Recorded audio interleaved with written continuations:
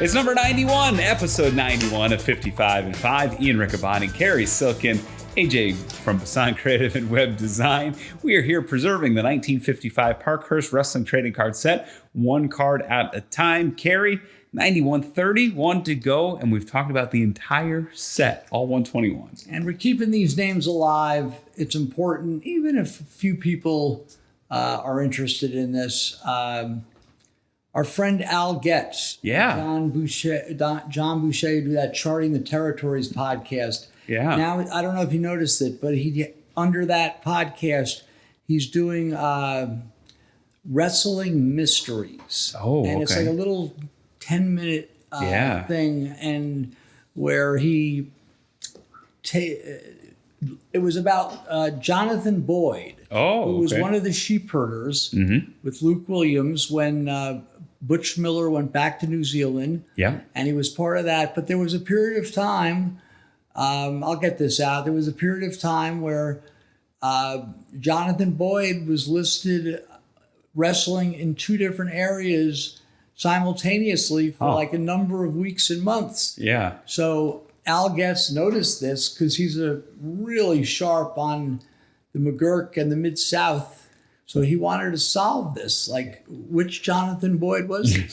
So keep doing the good work, Al Getz. And Ian's doing good work with the keeping these Parkhurst Canadian/American wrestlers' names from 55 and back. And even Ricky Dozen. We had that mystery. That was Ricky Dozen, one of the biggest stars in wrestling history, just on a card. It just says sumo wrestlers.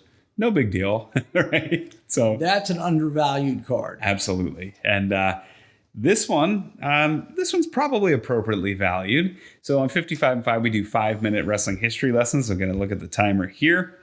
Cary, this is a great action shot. I can't quite tell who he's wrestling, but I'm going to hold this up to the camera. Let's see if we can get a good shot of this on top of our spiritual advisors, Uncle Gunny and Captain Lou Albano.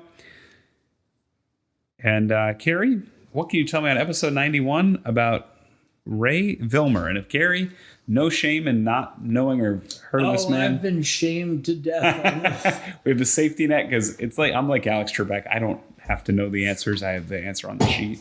Well, I can't spit out much, hardly anything, except I do recognize the name. And I got a feeling when you let me jump into the safety net, it better be ready for me. That there's I'm just gonna guess. Maybe I'm wrong. That this guy probably had a really good career. He did.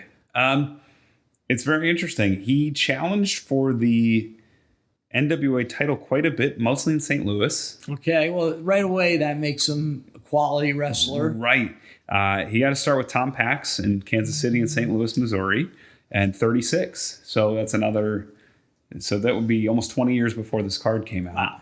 The back of the card lists it. He's a scientific wrestler. Can you explain to the folks what scientific would mean? Sure. They would often, when I was just starting to watch wrestling as a kid, they would have, give the lineup of Ray Morgan from the wrestling capital of the world, Washington, D.C., would be reading the card. And these were basically matches to make other guys look good and very rarely competitive.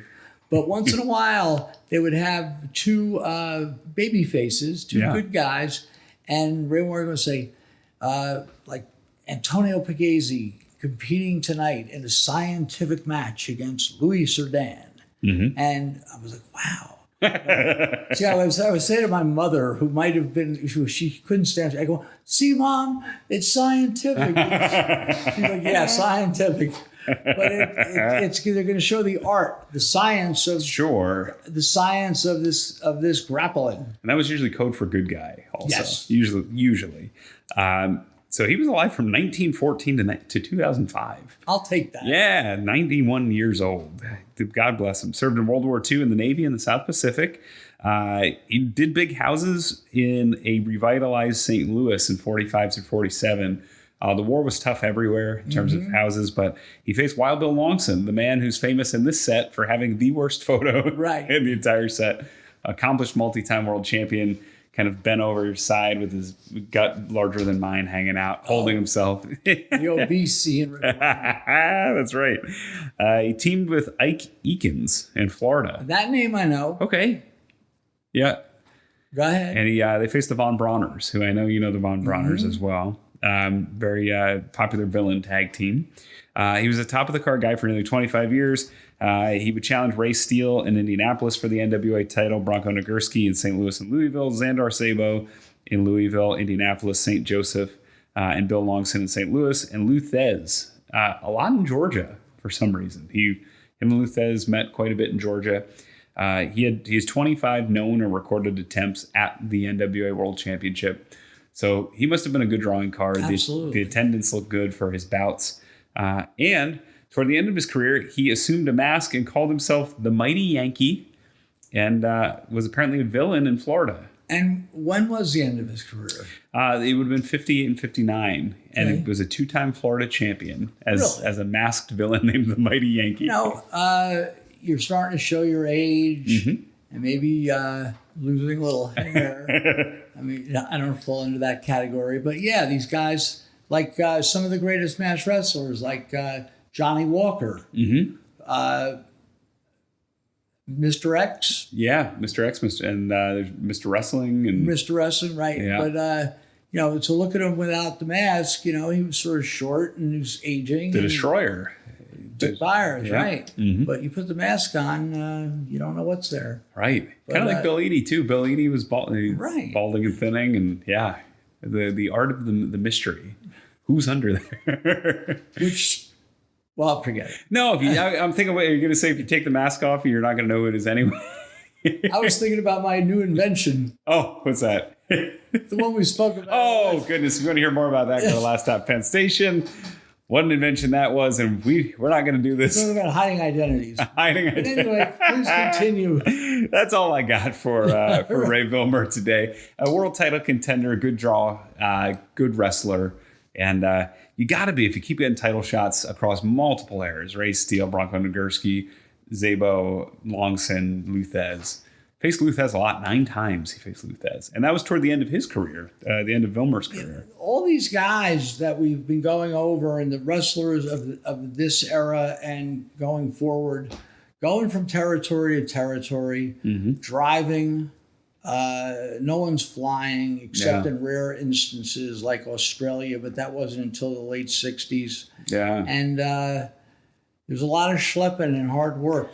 Yeah, and Ray Villmer, the Mighty Yankee, Rapid Ray, as he was known, did a lot of it. Normally we go through the territories everybody's been in, but he just went around and around and around, either very in demand or was running Well, he was smart at the end because you go to Florida, that was where the guys loved to go. They were short trips. Like the longest trip might be 3 hours, like from Tampa to Miami. Right. Then but sometimes it might have been from, if you're staying in Tampa and you wrestle St. Pete, you're on the beach right during the day. And Florida, he ended his career in Florida. He was no dummy. No, and a great wrestler, top of the card guy. Learned something new today about Ray Villmer. Excellent. Yeah. So if you want to learn something new, join us tomorrow for episode 92. It's going to premiere at 8 p.m. if you're watching this in real time on YouTube. It's an 11, one of my favorite numbers. There you go. 92.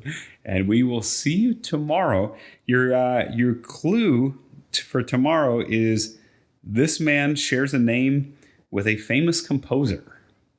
Okay. A notable Canadian composer this man shares a name with. Right. That's your hint. And we hope you're here to find out what that hint means tomorrow on 55 and 5. Thanks for watching, everybody.